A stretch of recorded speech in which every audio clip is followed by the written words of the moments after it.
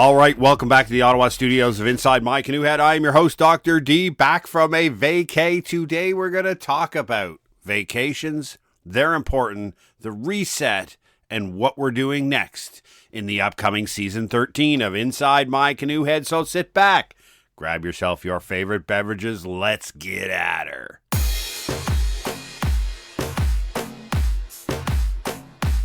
All right, welcome back. For those of you, thank you very much for downloading and enjoying our seasonal ending episodes that we had over the last couple of weeks. I was on vacation mode. For those of you who do follow me over on Substack, which I would recommend you jump over there, it's just Jeff Donaldson. The link is on my InsideMyCanoehead.ca website, the home of the podcast. And basically, we just write over there. We talk about things in preparedness. But I wrote a little piece about vacations and the matter and the meaning and the purpose and the value of vacations and a little couple of things that I learned on this vacation. And the fact that even though the world was on fire, both the loss of logical thinking that seems to be happening in the world, but also literally the fires in Los Angeles. And when you're in this field, there's always going to be some calamity, some event, something that draws you to the keyboard to write, to offer your thoughts, to add to the discussion, and to help the human discourse and move the goalposts along. The challenge that we always have in life is that we need to take time for ourselves. We need to break that habit. We always can't be on, right? Even if you're an entrepreneur like I am, a budding entrepreneur, having fun learning about this world of starting your own business and trying to become a millionaire and all those things you see on YouTube. The idea behind this is simple, that you are a machine that can't run 52 weeks a year without breaking. I don't talk about work-life balance because I really think that's a load of horse poop, if you ask me. What I'm saying is that periodically you need to disconnect from the active world. And when I mean disconnect, I literally mean don't get involved in anything that's going on. Now, did I check my social medias over my 3-week vacation? Sure did. Did I post a couple of comments on X? Yeah, absolutely. Did I engage in discussions on LinkedIn? No. Did I write on Substack? No. Did I record a podcast? No. Those were all done in advance and scheduled for release over time. And the reason that is that I needed the break. Now, I took 3 weeks vacation. And the first week was the holidays and Christmas. My son, his wife, and my grand puppy, Chewy, come home. I love Chewy. Just a 80-pound ball of love.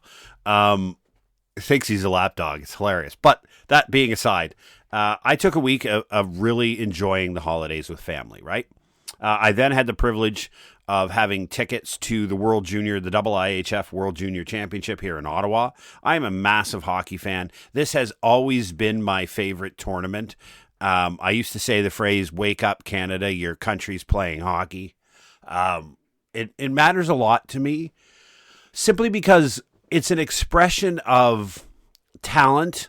It's an expression of what it means to wear your country's uniform. I did the Army for 28 years. I absolutely get that on the international stage when you're on the other side of the world trying to do something good for humanity wearing your country's uniform.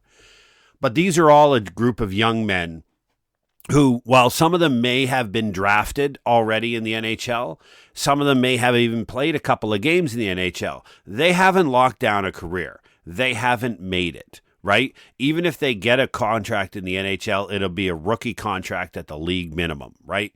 They may make some wild money on endorsement deals, but for the vast majority of kids on that ice, they're never going to play in the NHL.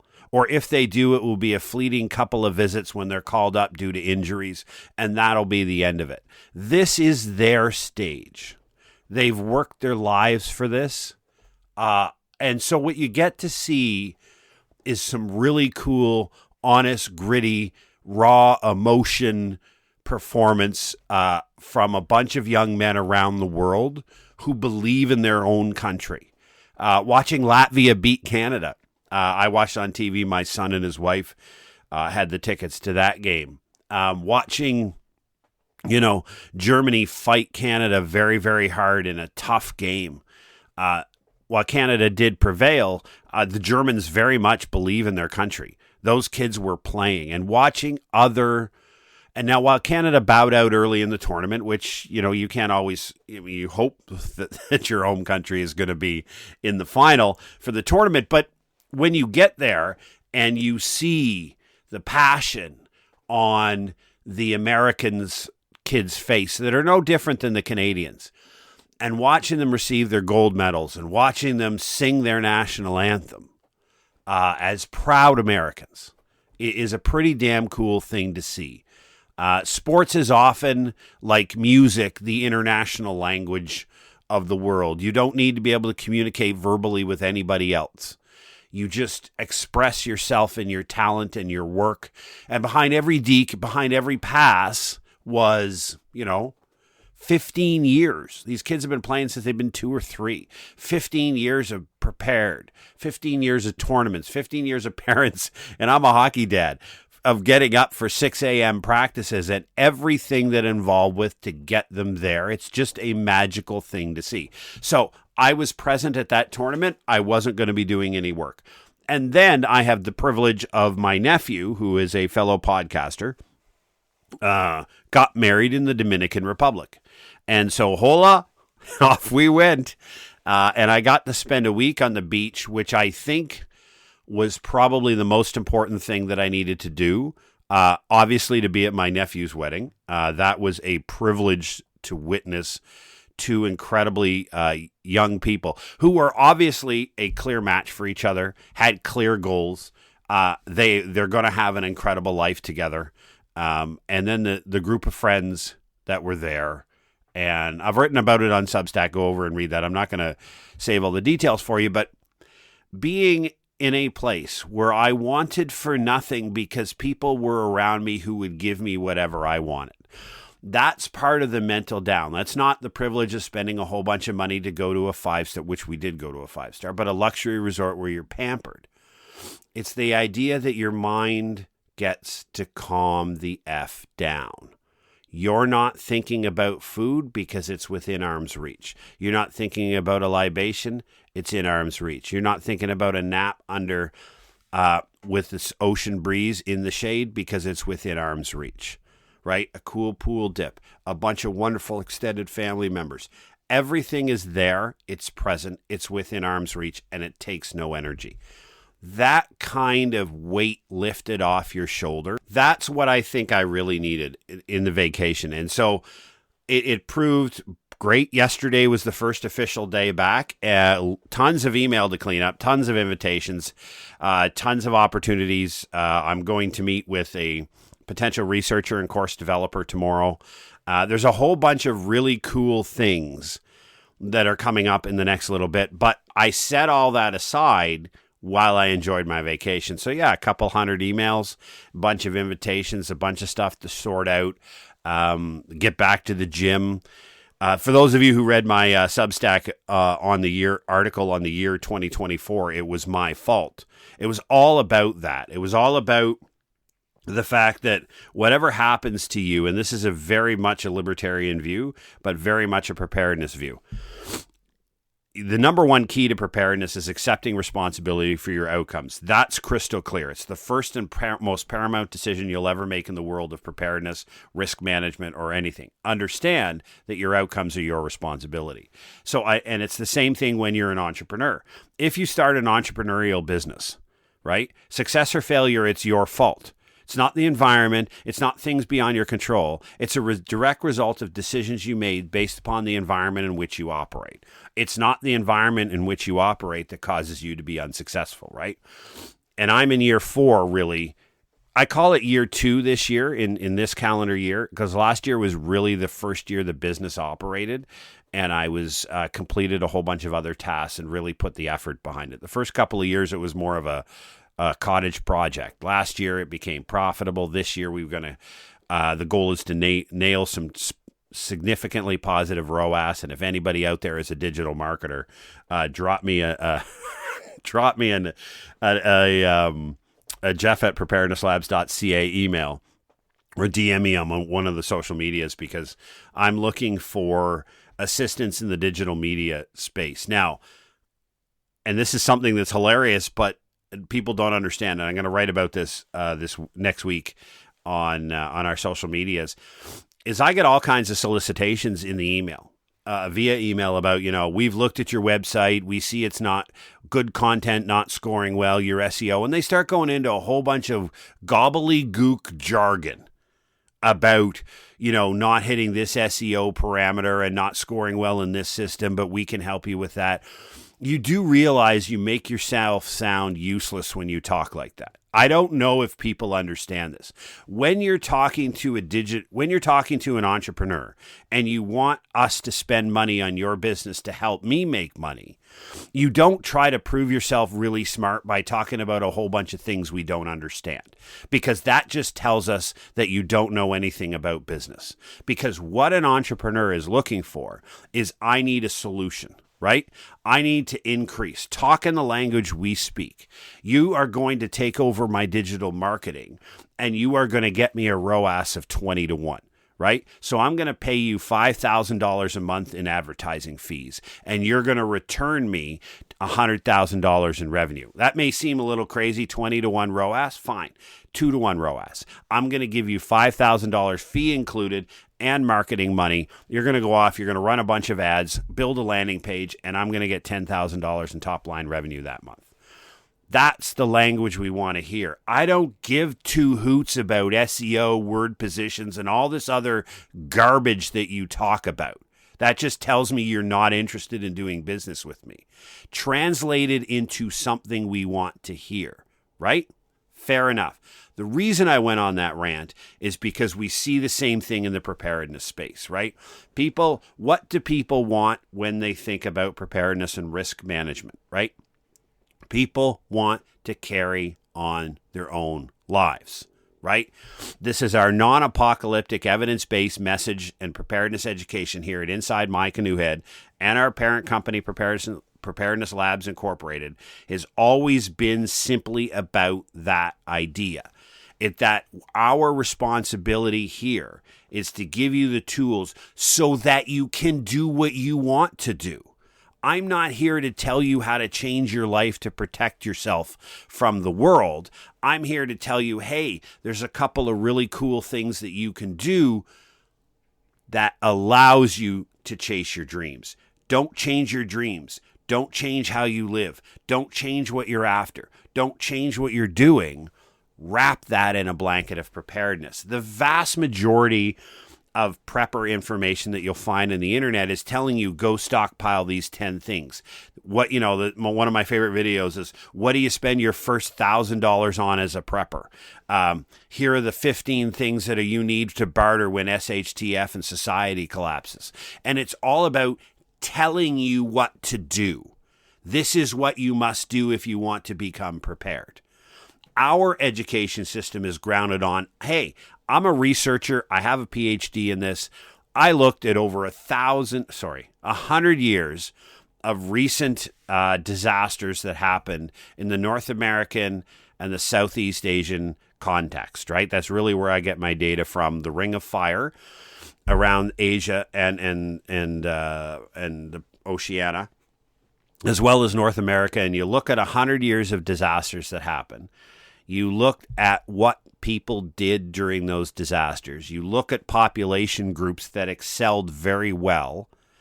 You look at what they did differently from everybody else. You build that evidence database and you say, okay, in the last 100 years, when people did A, B, and C, they had a better outcome than everybody else. So why wouldn't it make intelligent sense to then recommend to the population at large that they do A, B, and C? Not what I believe to be the best thing, not what I think based upon my opinion, because, I'm a 28-year Special Forces veteran who used to teach escape and evasion, and therefore I know everything about preparedness. How about we just look at what is guaranteed to have worked? And so when you look at 100 years of evidence in preparedness, you look at what populations did, that's what's based in our income, our education. And we're not here to tell you to change your life, to alter your lifestyle, to do something totally different, right? What's the point? If you're going to bunker down and hunker down in a bunker mentality, then why are you here, Really? If you're just going to turn your house into a bunker and wait for the coming societal collapse, it's best represented in the most incredible meme that has ever been issued in the history of the world. And it was in April of 2020, right? Right at the height of the lockdowns and the pandemic, right? Whether you agree with them or not, totally separate question. But there was some guy, a U.S. militia guy, sitting there on a rucksack next to one of those buckets of food with his rifle and his assault gear, everything there. And the title or the tagline was, "This was not the apocalypse I was promised," right? Everybody building bunkers for the fail of society, and then society doesn't fail, and what do you got, right? You've got a lost life, you've got $20,000 in credit card debt, and exceptional level of additional stress and anxiety that had no reason to exist, right? This is evidence-based preparedness education. So if you're looking for the top 10 list of things to buy to become a prepper, don't follow us, because that's not what we do. If you want to become a prepper, I just did an episode on how to become a prepper, right? In line with the research. What does the research tell us a prepper is? What is the goal of a prepper, and how to follow that, right? Very, very simple. We follow evidence here. And so we wanted to set the upcoming season 13 as our breakout. And the reason I call it a breakout is fairly simple. We have been improving some of our online numbers. We have been moving a little bit online, started some advertising for this podcast inside My Canoe Head, and the growth is exponential. We recently crossed 25,000 downloads, 68 nations, and this is the 323rd episode of the podcast. Now, without question, that is wonderful. We're reaching people, but we want to reach a lot more people. And again, the premise that this whole model is under is that our existence here at Inside My Canoe Head is to provide you free evidence-based preparedness education, right? I don't charge for anything on the podcast. Every piece of information that we have that we find useful and based upon evidence and not just ideas and idiocy thrown around, we offer it free of charge. And it's on this podcast, and it's in our Substack writing. And starting next week, it will be in our YouTube. So we're doubling down on the visual medium starting next week. And that visual medium will be up at the same frequency as the podcast, which is twice a week. We're going to start there, and we're going to be offering the visual version of the podcast. Now, the podcast studio that we have for Inside My Canoe Head is not really built for video right now. That's going to require a few amendments, shall we say, for that podcast. It's a rented podcast studio, so it's really not a place that I can really make a lot of fundamental changes to make that work in a video format.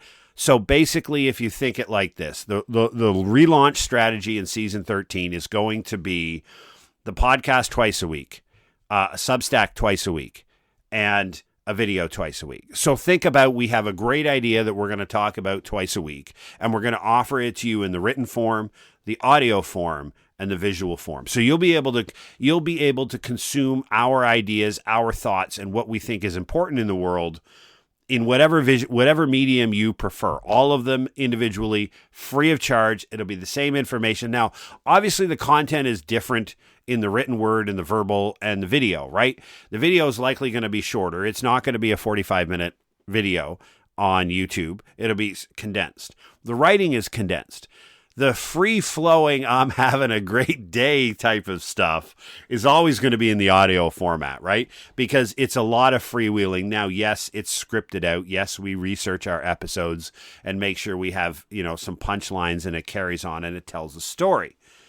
The point being, though, is there's a lot of freewheeling that we do here in the middle of the podcast that I love, and the feedback that we get from you is that works, right? Now, I've got the opportunities to some pretty cool stuff coming up. We've got this season being relaunched in season 13. There's a lot of work coming up on that. I've got a little secondary vacay that my bride and I are headed out on in a couple of weeks. And on top of that, I start teaching again. For those of you who don't know, I'm a part-time contract professor in disaster and emergency management. So I not only talk about this on the podcast, I'm also a professor in the field, right? And I'm a part-time professor, so I'm not owed to a university. I'm not tied to a theoretical ideology. I'm not tenured, nor do I have ever any interest whatsoever in being a tenured professor. But I believe in giving back. I believe in the opportunity to teach, the opportunity to pass on the knowledge that I have and the ideas that I have, and to challenge the current construct of the paradigm within the field to give it to individuals, right? I wrote a piece, a couple of one-line comments in my piece this week on Substack about the need to be right. I think you've seen this. We wrote a piece earlier in the fall, and if you look back on our Substack on it, there's a very profound desire for many people to be right. You just see it all the time. I call it, shadow narcissism, or whatever you want to call. They just want to be right, and they want you to tell them you're right. These are the people that do the endless comment loop, on social media, whether it be more professional ones on LinkedIn, etc., where they're always trying to get the last point. They're saying, yeah, I agree with you, but you have to believe that this is true. And they keep coming back to their ideological position because they need to be proven right. Whether it's a mental health challenge they have, or whether it's an inherent belief that they have to be the superior being in every conversation, they exist out there. And I've said it repeatedly in posts on LinkedIn. Feel free to follow me over there. It's Jeff Donaldson, PhD. Follow me over on LinkedIn, because I always write out there, and it's about, I have something to offer. I have a perspective based upon the evidence as I understand it, the evidence that we do, because the parent company that I'm the CEO and the principal researcher for has a research division. And within that research division, we do periodic research on preparedness communications, the state of preparedness in society. And we run surveys, and then we compare the surveys, and we come to conclusions, and we provide our thought. I don't need to be right. I say what the evidence that I have tells us. I challenge ideas that exist out there, but I'm not trying to prove to everybody in the world that somehow I'm right and you're wrong. And this is part of discourse that we've lost, and that's a long, much different podcast episode on our lost ability to debate and discuss, right? It's that old saying, and I said this to somebody down in the Dominican on vacation, is just because you believe something to be true doesn't mean it's true. It simply means that you believe it to be true. And that is really hard for people to swallow, right? You believe something to be true, absolutely unquestionably, but that doesn't make it true. That just means you believe it to be so. And people don't like that challenge to the world because, for example, if you say politician X is a good person and I say they're a bad person, you truly believe your position, right? And it's like, let's be blunt, in 4 days, Donald Trump becomes the president of the United States of America, right? Legally elected, you've got an opinion on him. Everybody does. But that doesn't mean you're right. Just because you believe him to be good or bad doesn't mean you're right. Sorry, folks. That just means that you believe it. And now there is this incredible pursuit of evidence. Well, he's a bad man because look at this and look at this and look at this and look at this. It's like it's a competition of who can throw more evidence at their belief, because if I have 7 linked research articles to my position and you have 4, therefore my position is superior. And you see that narcissism in academia all the time. And if you've never heard of something called an impact score, you should Google it. It's like a military officer's rack of medals in academia.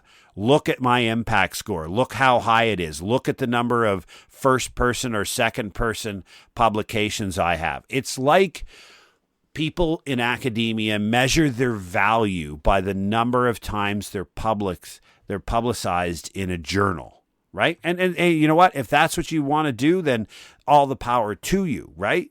Great, fabulous. I can find a journal that has an ideological belief that matches mine. There'll be open source journal. So myself and the other authors will write a great paper. We will pay to have it open source. We'll pay a couple of $1,000s between us to have it open source, and we'll be published. Great. Awesome. Wonderful. Why not just write that in a LinkedIn article, right? Why not? Oh, because you get an impact score, right? Because we measure on our CVs the value versus your publications, right? It's funny how the world's set up, whether we agree with it or not. It's the way we navigate. But again, coming up, I have that opportunity to lecture in a capstone project in a disaster and emergency management program. It is an absolute privilege to do it. I will say it over and over again. The fact that I get to challenge minds and stir debate and provide an opportunity for individuals to learn, I think is just, it's a wonderful life calling. And I'm not here to be right. I'm here to make you think.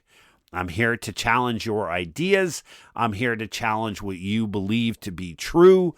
And I'm here to provide advice based upon what I've seen in the evidence. So vacations matter as we circle back to the beginning of what we talked about. You are a human being who has an incredible opportunity to provide great benefit to the society in which you serve, right?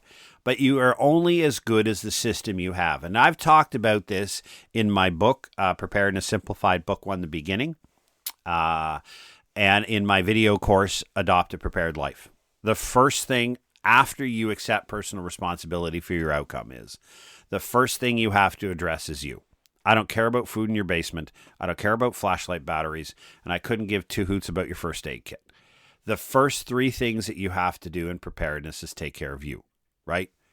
Now, that is your physical, your mental, and your financial health. You are no good to anybody around you if when the shizzy hits the fizzy, you are out of shape, mentally stressed to the nines, as broke as hell. Imagine being in that position and then catastrophe strikes you. That could be political catastrophe. It could be economic catastrophe. It could be a natural disaster. It could be any one of these exogenous things that can happen to you in life. If you are putting yourself in a position of high level of stress and low ability to cope because you've chosen to be unhealthy, you've chosen to be broke, and you've chosen to be mentally stressed, put yourself in that position, it's very difficult for you to lead your family and lead those for whom you're responsible. So when we talk about preparedness, we talk about you. One of the key parts of taking care of great mental health and your physical health, but more so your mental health, is taking a break when a break is required. And some people will say 8 hours a day, 5 days a week is sufficient. Everybody, I don't care. Some people enjoy working 100 hours a week, and they do very well because they take care of themselves mentally. The point is this: if you are tired and you're worn out, and it's really funny, my neighbor said to this yesterday when I went over to my neighbor to pick up the packages that were on the door and just say thank you for shoveling the driveway and all that other stuff that wonderful neighbors do for each other. Again, social capital is key to success. My neighbor just looked at me. She goes, "You look so much better." She just said to me that when you left for the Dominican, you were just exhausted looking face. You just looked worn out and rode out and put away hard. You know what I mean? That old saying. I looked exhausted. I looked tired. I looked beat. And she said, "You look fantastic when you come back." So that's what vacation does for you. And yeah, I could have jumped on top of all of the commentary that was going online, recorded a special podcast episode about the Los Angeles fires and why I think they occurred, et cetera, et cetera. But my personal mental health was more important. My need for a vacation exceeded your need to hear my voice talking about the instance. Because guess what? There'll be 14 more. There'll be 14 more major events this year, at least, if not more, that I'll be here to comment on. And if I wasn't involved in the real-time blow-by-blow action of the Los Angeles burning, great. Missed that one. Perfectly fine. I was doing something which I believe was far more important, and that was sitting back and taking care of my mental health in a cool vacation in an awesome place. Now, so for those of you who know that where the background of Inside My Canoe Head name came from, my Zen place is not the beach in the Dominican, right? It's not. My Zen place is in the back country of Canada's boreal forest paddling. Backcountry paddling. It's who I am to my core. I've been doing it for well over 45 years. It is what I love the most. It's tattooed on my body. The symbol for Inside My Canoe Head is actually tattooed on me. It's who I am. It's my Zen place. It's what I love. And it's not everybody else's, right? I like to be so far back in the bush, I'm 100 kilometers from the closest human being. And I've done it solo. I've done it in groups. Both have their advantages and disadvantages. But I very, very much enjoy the solitude of being in a place where I don't have access to the internet. So irrespective of what's going on in the world, I can engage. Being alone with your own thoughts, paddling all day, camping by the fire at night, sleeping in a tent alone, and every crack of the tree is a bear coming to eat you and everything else. It's just a wonderful Zen experience, and everybody's place is going to be different. So it's not that I have to spend money to go to the DR on a 5-star resort and be treated right left to have a Zen place. Right now, Zen is free.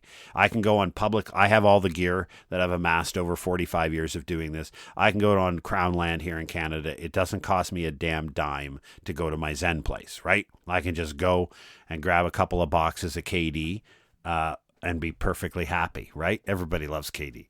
The point of all of this is that vacations matter. You need to schedule them.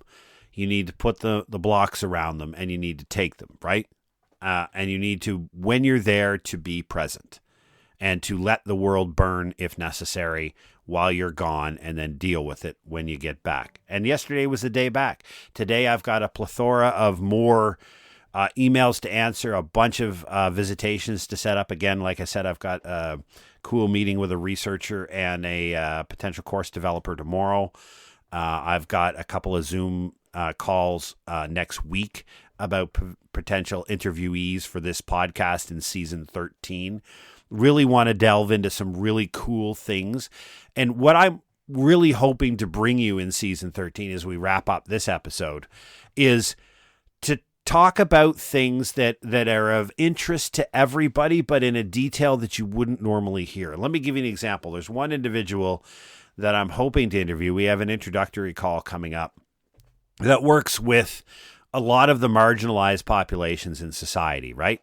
And I've worked at the high-speed, low-drag levels of strategic thinking when it comes to major muscle movements. And when you do that, when you're thinking about how does a country respond to natural disasters, how does a province or a state respond to natural disasters, at that strategic or operational level, it's very, very difficult to think about the marginalized and vulnerable populations, because I'm talking about moving around 2 million people. I can't really worry about the special needs of 500. You can't. Not at the strategic level. It's too small. It's too finite. It's too far down in the weeds. You can't. But what about those 500 people? What about those incredible, wonderful human beings who have a lot of challenges in life that are beyond their control? These aren't necessarily things that people can address and fix and overcome, right? They're going to frame their life.